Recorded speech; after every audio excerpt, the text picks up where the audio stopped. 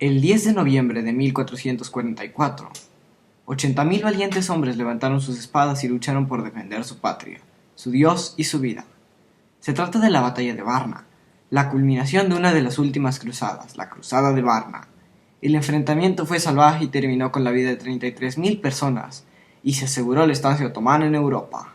Los antecedentes de la batalla empezaron a forjarse años antes. Entre 1440 y 1442, los reyes de Hungría habían estado muy activos en la lucha contra los musulmanes, atacando al Principado de Transilvania y sitiando Belgrado. Entre 1442 y 1443, el regente de Hungría, Juan Hunyadi, inició una gran campaña contra el Imperio Otomano, pero esta no acabó favorablemente, siendo derrotado. Tras su derrota, ambas partes decidieron hacer un pacto de no agresión, en el cual ninguna de las dos naciones podía atacarse mutuamente durante el plazo de 10 años. A pesar de este pacto de no agresión, el rey Vladislao I de Hungría inició un complot con Venecia y el papa Eugenio IV para crear una nueva cruzada y contraatacar a los otomanos. Pronto se empezó a planear la cruzada. El plan era que la flota veneciana montara un bloqueo en el estrecho de los Dardanelos, para evitar que refuerzos musulmanes pudieran socorrer a los asentamientos otomanos en Grecia, quienes serían atacados por el ejército cruzado. De esta manera, echar a los musulmanes de Europa. Pero el plan pronto empezó a desmoronar.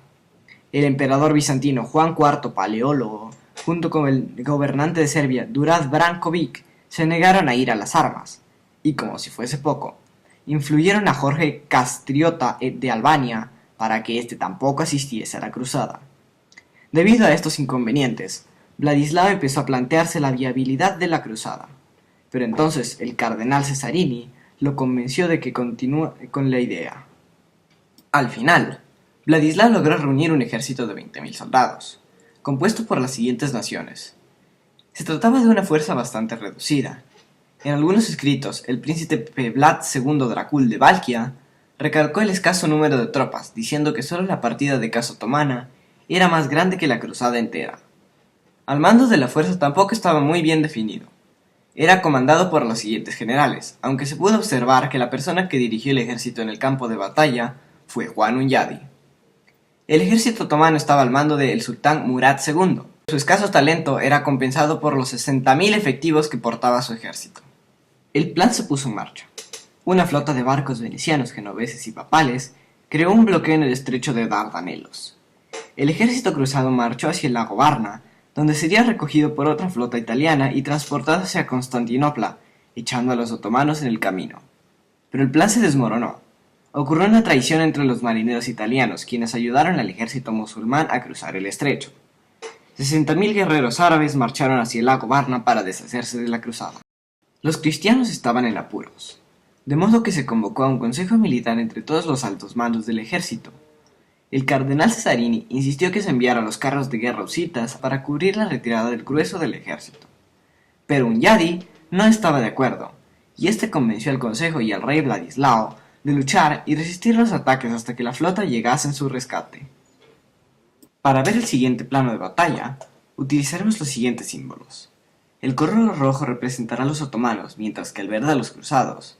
Los carros serán representados como una rueda, la caballería como un rectángulo y la caballería ligera como un rectángulo hueco, mientras que la infantería como un óvalo. Continuemos. Juan Hunyadi organizó un despliegue inicial de forma de arco invertido con una línea de refuerzo donde se hallaban los carros de combate, los guerreros valcos, puesto que Hunyadi no confiaba en ellos, y el rey Vladislao para que no corriese ningún peligro. El flanco izquierdo estaba comandado por Miguel Szilágyi, mientras que el derecho por Julián Cesarini, y Hunyadi estaba en el centro junto con el único cuerpo de infantería del ejército cruzado. Murad decidió dividir sus fuerzas en 3 grupos.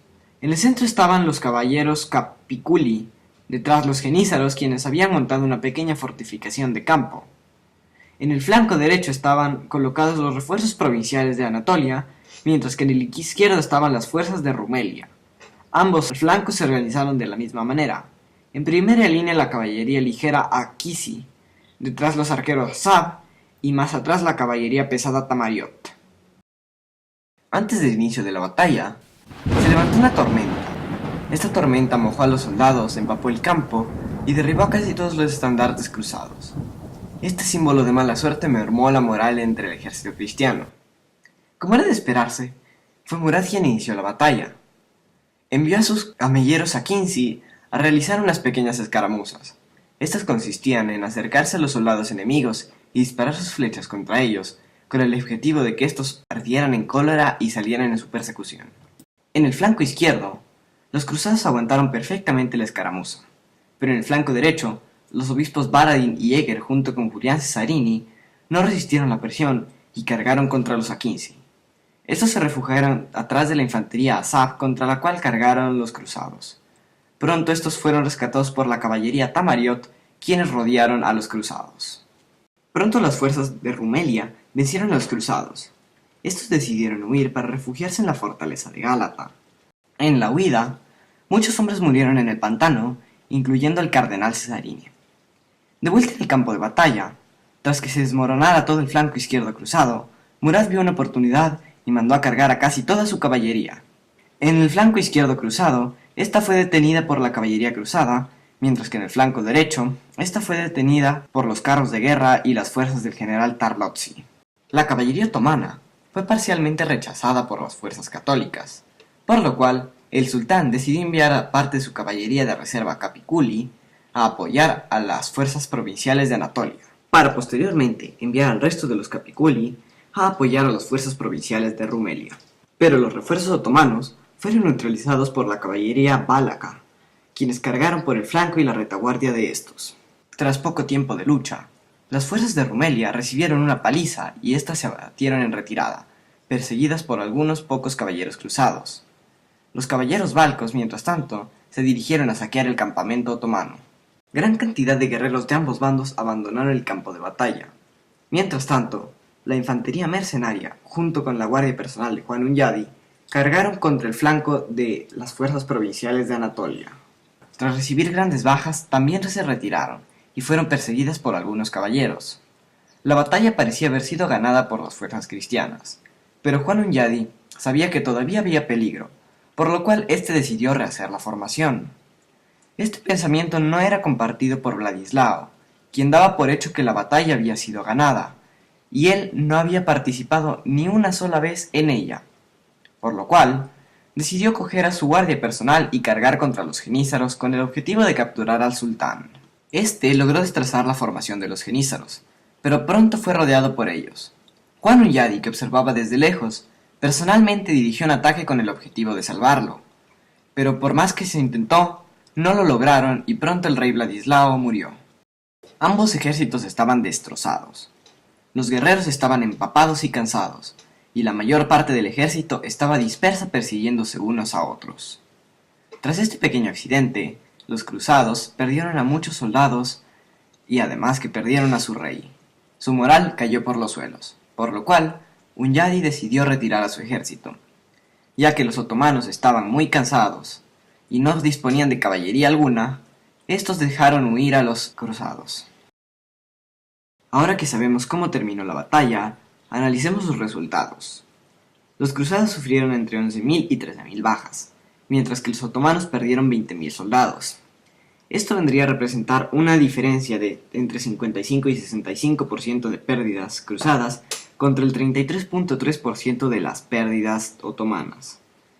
Si vemos en porcentajes, obviamente es una derrota aplastante para los cruzados, pero hay que recordar que los otomanos sufrieron más bajas que estos.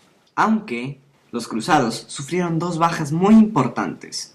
Para empezar, el cardenal Cesarini y la más importante, el rey Vladislao I de Hungría. Tras la muerte del rey Vladislao, Hungría quedó en manos de Ladislao el Póstumo, que en esa época tenía tan solo 4 años de edad, por lo cual Juan Hunyadi se convirtió en su tutor y en regente de Hungría. Conociendo estos detalles, podemos decir que la batalla fue una victoria pírrica para los otomanos. A pesar de que haya sido una victoria pírrica, estos consiguieron a la perfección sus objetivos políticos, acentuando así su dominio sobre los Balcanes. Ahora nos podemos hacer la pregunta, ¿qué hubiese sucedido si Vladislao no hubiese perdido la cabeza y se hubiese quedado en la formación? Seguramente Murad habría negociado una rendición, pero ya que éste no estaba derrotado, no hubiese aceptado términos humillantes para él. Lo más probable es que las dos partes hubiesen acordado otra tregua. La otra posibilidad es que las fuerzas cruzadas hubiesen atacado y capturado al sultán. En este caso, la cruzada habría sido un éxito y los otomanos habrían sido expulsados de Europa. Existen otras posibilidades, como que las fuerzas cruzadas hubiesen sido derrotadas, o que éstas no hubiesen atacado al sultán a pesar de que no se hubiese realizado ninguna negociación. Pero la verdad, veo a estas otras opciones muy poco probables. Como sea, solo es mi opinión. Para terminar, si te gusta el tema de las cruzadas, te recomiendo que lo investigues más a fondo. Hay muchas historias increíbles sobre estas. Te voy a dejar el link de una página en pantalla y en la descripción, donde encontrarás mucha información sobre las guerras entre otomanos y húngaros. Visítala.